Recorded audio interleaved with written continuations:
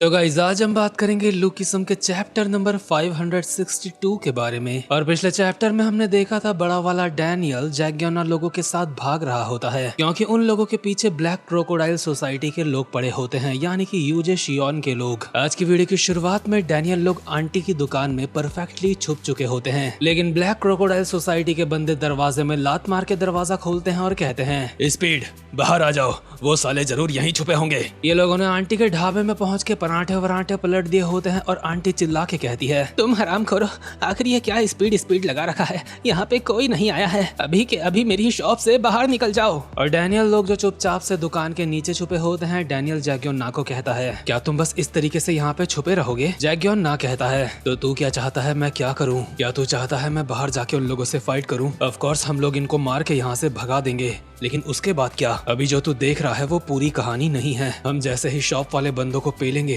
तो बाहर जो हजारों बंदे खड़े हैं वो सारे के सारे हमारे ऊपर कूद पड़ेंगे। और हम देखते हैं बाहर जो हजारों बंदे होते हैं अलग ही लेवल के पागल हुए होते हैं, ना जाने कैसे, लेकिन यहाँ पे जो कार्स होती हैं ये कार्स को भी दीवार में मार रहे होते हैं। इनके हाथ जो कुछ लग रहा होता है ये सब कुछ तोड़ फोड़ रहे होते हैं। आंटी का ऐसा नुकसान देख के डैनियल को बिल्कुल अच्छा नहीं लगता और वो कहता है हराम खोरो, क्या आंटी के लिए तुम्हें बुरा नहीं लग रहा है? हमें कम से कम बाहर जाके दुकान को तोड़ने से उन्हें रोकना होगा। लेकिन जैग्योना डैनियल का हाथ पकड़ लेता है और कहता है डैनियल पार्क यहीं पे बैठा रहे, तुझे बाहर नहीं जाना चाहिए। यो वुला कहती है शॉप वाली आंटी ने हम सबको यहाँ पे छुपाया है, अगर हम अभी बाहर चले गए तो आंटी ब्लैक क्रोकोडाइल सोसाइटी की नजर में आ जाएगी, उनकी टारगेट बन जाएगी। उसके बाद वो लोग रोज आके आंटी को परेशान करेंगे और जब तक ये इंटरनल वॉर खत्म नहीं हो जाती आंटी को बहुत ज्यादा दर्द का सामना करना पड़ेगा। हम बस एक ही तरीके से यहाँ के लोगों की मदद कर सकते हैं और वो ये है कि हमें डार्क सोसाइटी को यहाँ से जल्दी निकालना होगा। जो तू बर्दाश्त कर रहा है जैग्योना को भी वो हमेशा बर्दाश्त करना पड़ता है। और सच में जैग्योना जैसे तैसे करके खुद को बाहर जाने से रोक रहा होता है, वैसे गुस्सा उसको भी काफी तगड़ा आ रहा होता है। लेकिन इसके बाद ये नीचे से ही एक अंडरग्राउंड रास्ते पे निकल जाते हैं जो कि ऑब्वियसली एक खुफिया रास्ता होता है। इसलिए डैनियल कहता है मैंने सोचा नहीं था आंटी की दुकान इस जगह से कनेक्ट होगी। हाँ डैनियल पार्क, यहाँ पे ऐसी और भी जगहें हैं जो इस तरीके से कनेक्ट हैं। कमाल है, तुम लोग तो सच में क्रांतिकारी लग रहे हो। तो बता डैनियल पार्क, क्या तेरा अब हमारे साथ मिलने का मन है? नहीं, लेकिन मुझे ये बताओ आखिर स्पीड और डार्क सोसाइटी के बीच में क्या लफड़ा है? क्या एंचियन की कोई ऐसी हिस्ट्री है जिसके बारे में मैं नहीं जानता? हाँ, एंचियन के प्राइम टाइम की हिस्ट्री में देखो, थोड़ा शॉर्ट में बताना, पूरी कहानी मत बताने लग जाना। इसके बाद जैग्योना कहानी बताना स्टार्ट करता है और हम देखते हैं फर्स्ट जनरेशन के सर्कल एरा का सीन। इस टाइम पे भी यहाँ पे एक ग्रुप हुआ करता था जिसका नाम था स्पीड, जो कि उस समय के एंचियन के किंग ने बनाया था जिसको कार्स पसंद थी। ऑब्वियसली ये टाइम जैग्योना के किंग बनने से थोड़ा सा पहले का टाइम होता है। और अभी जो हमें स्पीड गैंग के बंदे दिख रहे हैं स्क्रीन में, इनके लीडर को आप जैग्योना बिल्कुल भी मत समझना। और पीडीजे की एक मानवा है अल्जैंग जनरेशन, उसके भी बंदे मत समझना, क्योंकि ये बंदे उस मानवा के शीहू फेम वाले बंदों की तरह लग रहे हैं। तो खैर ये जो स्पीड ग्रुप होता है इनकी तरफ वो सारे लोग अट्रैक्ट होते हैं जिन्हें कार्स पसंद हैं, क्योंकि ये लोगों ने सेकंड हैंड कार का धंधा स्टार्ट कर दिया होता है। इस वक्त तक यहाँ पे काफी ज्यादा शांति होती है और सारे के सारे लोग एकजुट होकर रहते हैं। लेकिन एक दिन एंचियन की खुशहाल धरती पे कदम पड़ते हैं एक बिन बुलाए मेहमान की, यानी कि द डार्क क्रोकोडाइल सोसाइटी की, जिसको अब तक ये लोग डार्क सोसाइटी बोल रहे थे। ये ऑर्गेनाइजेशन एक काले बड़े मगरमच्छ की तरह होती है, यानी कि ये ऑर्गेनाइजेशन बहुत ज्यादा बड़ी होती है, बहुत ज्यादा बेरहम होती है। और ये ऑर्गेनाइजेशन चाइना से एंचियन आई होती है एंचियन को पूरा का पूरा निगलने के लिए। डैनियल लोग सीढ़ी से चढ़ते हुए ऊपर की तरफ जा रहे होते हैं और डैनियल जैग्योना से पूछता है लेकिन आखिर वो लोग एंचियन के पीछे क्यों पड़े थे? वो लोग एंचियन के पोर्ट की वजह से उसके पीछे पड़े थे। वो लोग क्रिमिनल्स हैं और सी पोर्ट को कंट्रोल करने से उनका काफी ज्यादा फायदा होगा स्मगलिंग करने में। लेकिन जो भी हो, इसी तरीके से ये सब कुछ स्टार्ट हुआ था। स्पीड और डार्क सोसाइटी के बीच में जंग छिड़ गई। वो जंग बदमाशों की बदमाशों के साथ ही हो रही थी और इसी तरीके से पुराने एंचियन के किंग मारे गए थे उसमें। ऑब्वियसली डैनियल के लिए काफी ज्यादा हैरानी वाली बात होती है, इसलिए वो कहता है लेकिन आखिर वो लोग हैं कौन जो किसी की जान लेने से भी पीछे नहीं हटे? ये लोग अभी जमीन के नीचे से निकल के एक रोड तक पहुंच चुके होते हैं और जैग्योना कहता है तूने कहा वो कौन है?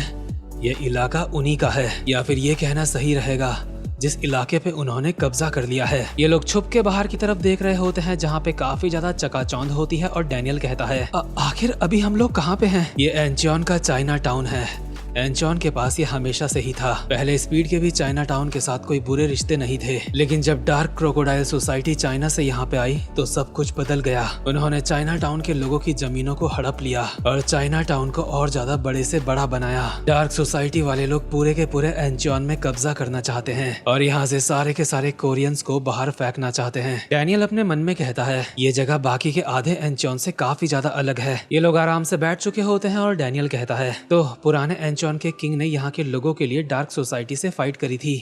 लेकिन ऐसा नहीं है कि वो एक महान हीरो थे। बस बात इतनी सी है कि स्पीड वाले लोगों के अंदर ही हिम्मत थी डार्क सोसाइटी से फाइट करने की। और हाँ, पुराने किंग की एक बेटी भी है। क्या, एक बेटी?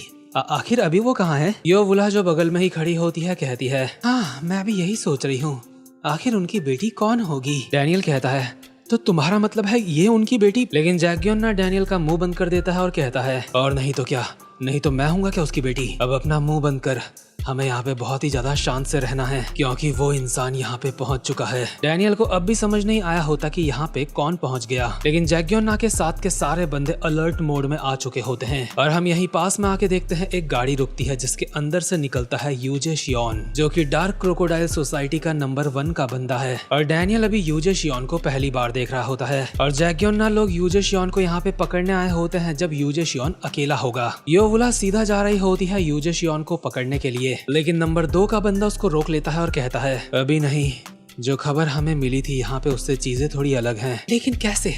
वो हमारे सामने ही है। उसके पीछे देखो। क्या उसके पीछे? और अभी हम देखते हैं उसके पीछे खड़े होते हैं उसकी गैंग के नंबर 2 और 3 के बंदे। एक का नाम मुगैक वैंग होता है और दूसरे का नाम जावन रियो होता है। और जब ब्लैक क्रोकोडाइल वाले एंचॉन में आए थे ये दोनों तब से उसके किंग के साथ हैं, लेकिन वो मगरमच्छ जैसा इनका किंग यहाँ पे नहीं दिख रहा है, इसलिए मुझे लगता है एंचॉन के पुराने किंग और उस मगरमच्छ ने आपस में एक दूसरे को निपटा दिया होगा। इसके बाद हम देखते हैं इनके 100 स्क्वाड लीडर्स को, यानी कि 100 स्क्वाड एक अलग से ग्रुप का नाम है और ये 3 उसके लीडर हैं। एक का नाम है ताउजू, दूसरे का है युनरियोंग और तीसरे का है चियोन बैंग। और जो बीच वाला बंदा है ये रैपर बोयमिया की तरह लग रहा है। इसके बाद हम देखते हैं 1000 स्क्वाड के लीडर्स को। एक का नाम होता है जमाल राहिद, दूसरे का वोंगी योम और तीसरे का चियोन मुहा, यानी कि यूजे शियोन यहाँ पे अकेला बिल्कुल नहीं है, उसके साथ के सारे एग्जीक्यूटिव्स यहाँ पे मौजूद हैं। इसलिए जैक्योना के साथ के बंदे उससे पूछते हैं अब क्या करना है। जैक्योना थोड़ा सा चिढ़ते हुए कहता है जैसा कि तुम देख रहे हो इनके नंबर्स उससे काफी ज्यादा है जितना हमने सोचा था, लेकिन यूजे शियोन हमारी नजरों के सामने है। नहीं, अभी के लिए हम हमारे बेस में वापस जाएंगे। इसके बाद ये लोग एक अंडरग्राउंड शॉपिंग मॉल से होते हुए, जो कि बिल्कुल एक भूल भुलैया की तरह होता है, वहाँ से नीचे की तरफ जाते हैं और वो जगह और ज्यादा भूल भुलैया जैसी होती है और वहीं पे होता है स्पीड का मेन अड्डा। ये भूल भुलैया वाले रास्ते देख के डैनियल हैरान हो ही रहा होता है, इतने में जैक्योना कहता है तो अब हमारे साथ मिलने का मन हो रहा है तेरा? लेकिन डैनियल अब भी मना कर देता है और उसने अपने कंधे में लिटिल डैनियल को भी बैठा रखा होता है जो कि ऑब्वियसली अनकॉन्शियस है। इसीलिए जैक्योना का एक बंदा कहता है लगता है अब पूछने का वक्त आ चुका है, आखिर ये बंदा कौन है जिसे तूने मॉर्टल से उठाया है? ये अलाइट का हेड है, इसका नाम डैनियल पार्क है। क्या इसका और तेरा नाम एक जैसा है? लेकिन आखिर ये सो क्यों रहा है? इसे और मुझे नार्कोलेप्सी की दिक्कत है, लेकिन तुम चिंता मत करो, ये तुम्हारे इस बेस के बारे में किसी को नहीं बताएगा। और जिसको नहीं पता कि नार्कोलेप्सी क्या होता है उसे बता दूं, ये एक ऐसी बीमारी होती है जिसमें कोई इंसान कभी भी कहीं भी सो जाता है, यानी कि इंसान का अपनी नींद के ऊपर कंट्रोल नहीं होता। जैक्योना के बंदे कहते हैं तुम किसी को इस लोकेशन के बारे में क्या बताओगे? तुम दोनों खुद ही इसको नहीं ढूंढ पाओगे। हे, वैसे मेरा एक सवाल है, क्या तुम्हारी इस स्पीड ऑर्गेनाइजेशन में इतने ही लोग हैं? हाँ, बस इतने ही हैं।